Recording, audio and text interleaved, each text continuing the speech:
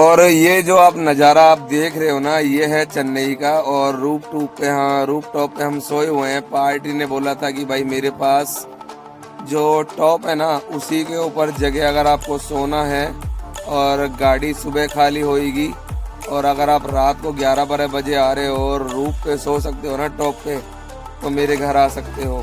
तो मैंने बोला जीतू को कहीं होटल पे सोएंगे, मच्छर वगैरह खाएंगे, क्यों नहीं उधर ही चलते हैं।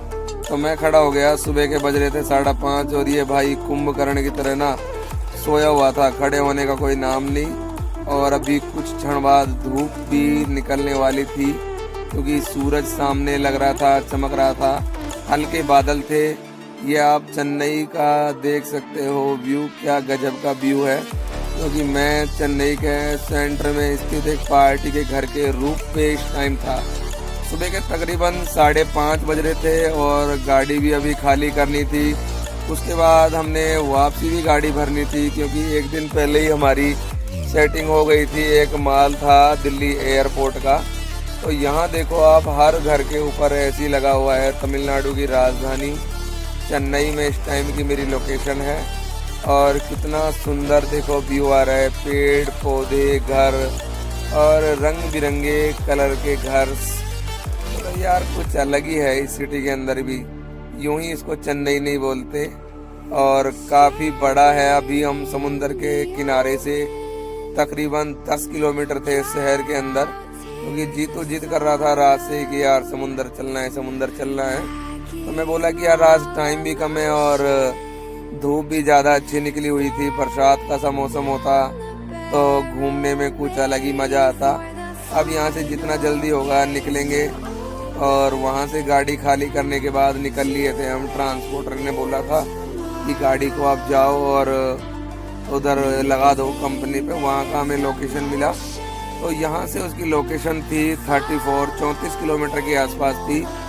जो एक शहर के अंदर अगर आपको चलना है ना, तो बहुत ही खतरनाक रास्ते मिलेंगे। मतलब ट्रैफिक बहुत ज़्यादा मिलेगा। रास्ते तो अच्छा है, ट्रैफिक आपको इतना ज़्यादा मिलेगा कि 1.5 घंटे की जगह आपको 3 घंटे लग जाते हैं। मुंबई की तो ये कंडीशन है ना, अगर 20 किलोमीटर आपको चलना है ना, तो तकरीबन आपको 2.5 घंटे लग जाएंगे उस लोकेशन पर पहुंचने के लिए। तो ये चेन्नई था। तो मुंबई और चेन्नई में तो बहुत ज़्यादा अंतर था। और हम चेन्नई से इस टाइम बाहर भी निकल चुके थे। 34 किलोमीटर दूर का उसका लोकेशन था फैक्ट्री का। वहाँ से हमें गाड़ी लोड करनी थी दिल्ली एयरपोर्ट के लिए। और अभी आपको दिखाऊंगा सामने जो बोर्ड है रोड मैप का, वो क्या आता है, कहाँ से हमने गाड़ी भरनी थी। और ये सामने आपके बोर्ड था, क्योंकि हमें तो पढ़ा जाता नहीं। और ये डंपिंग यार्ड था। डंपिंग यार्ड भी होता है, सिटी से बाहर ही होता है। ये चेन्नई का डंपिंग यार्ड था, क्योंकि हम फैक्ट्री एरिया में जा रहे थे गाड़ी लोडिंग के लिए। और कुछ देर बाद हम पहुंच गए थे कंपनी। और कंपनी में देखो क्या गजब का पार्क बनाया हुआ इन्होंने। ये पहाड़ी गोल गोल पत्थर हैं। वो गार्ड साहब बोल रहे हैं गाड़ी के कागज़ वगैरह चेक कराओ। और ये सेठ लोगों की गाड़ी खड़ी थी, ये इलेक्ट्रॉनिक गाड़ी थी। पेड़ काफ़ी अच्छे थे, घने ज़्यादा जंगल नुमा पूरा फैक्ट्री को बना रखा था। और जो अपनी गाड़ी में लोड होने वाला था ना पार्ट्स, वो आपको दिखाऊंगा। वो जो उधर सामने आपको दिख रहा होगा 3rd नंबर की गाड़ी से आगे, ये जो एयरपोर्ट जाना था, ये ऑटोमेटिक बैरियर्स जो होते हैं टोल टैक्स पे भी लगे होते हैं और एयरपोर्ट्स पर भी लगे होते हैं। तो इसका हमें ऑर्डर मिला था। 1 टन के अंदर गाड़ी लगती है। अगर किसी मेरे दोस्त को कभी चेन्नई जाना हो और वहाँ से अगर कभी गाड़ी भरना हो, तो मैं उनकी हेल्प करने के लिए तैयार हूँ। ये ऑटो बूम बैरियर्स को हमारी गाड़ी के अंदर लोडिंग होना था। और भाड़ा भी काफ़ी अच्छा हमारा लगा था, 42 लगा था हमारा दिल्ली का, दिल्ली एयरपोर्ट का। तो यहाँ से वीडियो क्लिप शूट करने के बाद निकल चुका था मैं अपनी गाड़ी की ओर, क्योंकि हमें काफ़ी टाइम हो गया था यहाँ खड़े खड़े। तो हमें लग रही थी जल्दी कि कब गाड़ी खाली होगी। और ये देखो भाई टटला महाराज, क्योंकि चक्कर लगाने से पहले मैं अपना सिर मुंडवा के आया था, तो बाल थोड़े थोड़े तो आ चुके थे अभी। बाकी काफ़ी अच्छा मज़ा आ रहा था, क्योंकि अपने उधर गर्मी इतनी ज़्यादा थी। और गाड़ी का लुक पॉइंट चेक करो आप, क्या लग रही है दुल्हन, दुल्हन बसंती। और वो देखो सामने आ रहे हैं जीतू भाई, क्योंकि इनकी जो है सर्विस थी पूछ के आने की। तो मैं उनको बोला कि आप पूछ के आओ, तो वो पूछने के लिए गए। तो बता रहे थे कि आप अपना जो तिरपाल रस्सा वगैरह है उसको सेट कर लो।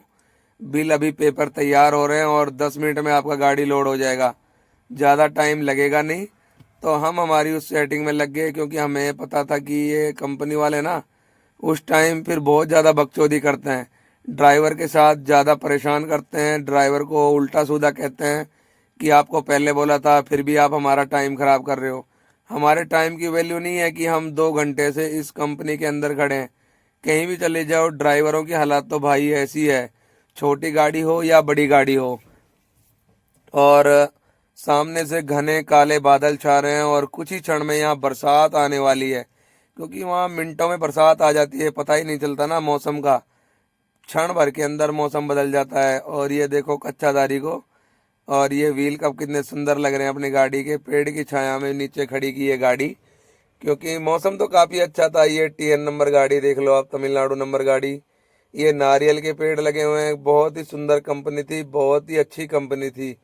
मैं देख रहा हूँ, मैंने ऐसी सुंदर कंपनी ना, इतनी ज़्यादा साफ सफाई जो एक बंगलों की होती है, एक बंगले की जो साफ सफाई होती है उसके आधार पर यहाँ पार्क बना रखे हैं। और धीमा धीमा बरसात शुरू हो गया था, शाम के टाइम अपना गाड़ी लोडिंग हो गया था तो निकले थे। आप भी जानते हो, जब शाम के टाइम सिटी के अंदर से निकलते हैं तो आपको कितनी कठिनाइयों, कितनी परेशानियों को सामना करना पड़ता है। बाइक वाले, स्कूटर वाले, साइकिल वाले सबसे ज़्यादा परेशान करते हैं ना सिटी के अंदर, ये भाई स्कूटी वाले, ये विकलांग है ना जो 3 टांग वाले, ये बहुत ज़्यादा परेशान करते हैं। घूम फिर के आएंगे और सीधा धड़ाक से अंदर घुसा देंगे। ये डर नहीं है कि गाड़ी को लगेगा या क्या होएगा। और रात हो गई थी तो ये हमने सुबह का किया था ब्लॉग का शूटिंग, और मैं बना रहा था ब्लॉगिंग अपने बैठे हुए गाड़ी में आराम से। अभी भी मेरे हिसाब से जीतू को मैंने आराम करने के लिए बोल रखा था। एक तो सबसे बड़ी समस्या थी कि हमारी जो रिम थी वो फट गई थी, उसी के कारण हमारी खाली गाड़ी भी पंचर हुई थी। अगर किसी भाई को नॉलेज हो ना कि खाली गाड़ी का भी रिम कैसे फट गया, तो उसके बारे में वो हमें सूचना या कमेंट मैसेज जरूर करना कि यार दोस्तों, हमारी खाली गाड़ी का रिम फट गया। बड़ा अफसोस हुआ जब टायर वाले ने बोला कि मत बनवाओ भाई, ये फिर दोबारा पंचर हो जाएगा, आपको नया रिम लेना पड़ेगा। तो अभी हम निकल चुके थे हमारे सफ़र की ओर। और ये सामने देख लो आप, बोर्ड अभी आया था सामने, एक सिटी भी आ गया बोर्ड के बाद। और मैं बोल रहा था कि जीतू को रिम के लिए यहाँ तलाश कर लेते हैं। तो यहाँ हमने गाड़ी रोका था अपने अलवर में, वो जो रिम 2500 रुपये का मिलता है ना, वो इन्होंने हमें गाड़ी नंबर देख के, हमारी भाषा पहचान के, इन्होंने 1000 रुपये प्लस कर दिए दोस्तों। डायरेक्ट बोले कि भाई ये 3500 की रिम मिलेगा। पहले तो बोला कि आप लेके जाओ, कोई प्रॉब्लम नहीं है, लेकिन जब मैंने बातचीत की, फ़ोन पे पैसे डलवाने के लिए बोला, तो भाई उन्होंने रिम के पैसे ही बढ़ा दिए 1000 रुपये। और ये नाइट का व्यू है, उधर के बाद निकल चुके थे गाड़ी लोडिंग होने के बाद, क्योंकि दिल्ली की दूरी बहुत दूर है। दिल्ली हमसे इतनी दूर है, 2500 किलोमीटर दूर है यार, चेन्नई के और उसके बीच में। तो रात को शूट कंप्लीट हम ठीक तरीके से कर नहीं पाए। ये अपना नागपुर भोपाल वाला हाईवे आ चुका था, गाड़ी अपना लोडिंग था। नाश्ते का भी, कोई खाने पीने का अभी तक कोई प्रोग्राम सेट नहीं किया था, क्योंकि मेरी एक सबसे गंदी आदत है यार, सुबह सुबह इतनी भूख लगने लग जाती है। और ये जीतू जी ने छोड़ दिया गाड़ी को न्यूट्रल, और बैतूल है 21 किलोमीटर। और क्योंकि हमारे पास एक भोपाल से और पंगा था, भोपाल जो हम गए थे ना, तो एक डिलीवरी को रिटर्न में लेके जाना था, क्योंकि पार्टी ने उसको फेल कर दिया, बोल रहा था कि मुझे पसंद नहीं है। और ये MP है, पूरे पहाड़ अभी रुसे हुए हैं, क्योंकि हम कुछ टाइम पहले चेन्नई से आए थे। एक दिन पहले तो आपको दिखाया था चेन्नई का क्या नज़ारा है, क्या व्यू है उधर यार चेन्नई का। मतलब बरसात भी वहाँ हर 5 मिनट में आ जाती है, पता ही नहीं चलता यार। हल्के से बादल छाए और बरसात होना शुरू हो गई। ये अब नज़ारा देखो, ये कोई राजस्थानी होटल है इतना बड़ा, और गाड़ियाँ लगी हुई थी। हम निकल लिए हमारे मंजिल की ओर, क्योंकि एक मामा के लड़की की शादी भी थी, उसमें भी मेरा पहुंचना बहुत ज़रूरी था। अगर नहीं पहुंचेंगे ना तो भैया बहुत लंबी डांट लगने वाली थी, क्योंकि भैया का फ़ोन आया था बार बार, आपको हर हालत में शादी में उपस्थित होना पड़ेगा। और अभी कल नहीं परसों थी शादी, सुबह अभी हमें बीड़ भी माल खाली करना था, क्योंकि हमारे पास रिटर्न सिटर्न की बहुत होती है ना, जाने आने की। और ये देखो भाई, इतने बड़े बड़े कंटेनर भी चल रहे हैं इस घाटी के अंदर। जाते टाइम आपको दिखाया था, रात का व्यू था। अब आप निहार सकते हो इसकी सुंदरता, और इसकी खूबसूरती को। 4 लाइन का रोड काम चालू है अपने इंदौर से लेके मुक्ताई नगर के बीच। लेकिन ये जो घाट सेक्शन है ना, इसी के ऊपर अभी गहमा गहमी बनी हुई है। बाकी नक्शा प्लान इसका तैयार है, जेसीबीयाँ चल रही थी। और यहाँ जो है सुरंग को खोदने के लिए अलग ही एक बहुत बड़ी मशीन आएगी, क्योंकि सुरंग को पार करेंगे तभी परली तरफ निकलेंगे ना। और उसको काटने वाली मशीन को मैं आपको दिखाऊंगा अगली वीडियो में। अगर आप हमारी वीडियोस देखते हो तो हमें प्यार देते रहिए, और उस प्यार के बदले हमें एक लाइक ज़रूर कर देना, जिससे हमारा उत्साह बढ़ता रहे और हम इससे अच्छे अच्छे कंटेंट और इससे अच्छी अच्छी वीडियो बनाने की कोशिश करें। क्योंकि अभी हम इस फील्ड में नए हैं, हमें एडिटिंग आती है नहीं, और एडिटिंग के लिए हमें पूरा प्रॉपर टाइम भी नहीं मिल पाता है दोस्तों। जैसा भी हमसे होता है ना, थोड़ा बहुत अच्छा बुरा, तो हमारे ऊपर प्यार बनाए रखो। और चैनल पर अगर आप नए हो तो सब्सक्राइब करो, और ज़्यादा से ज़्यादा हमारे वीडियोज को फैलाओ, शेयर करो।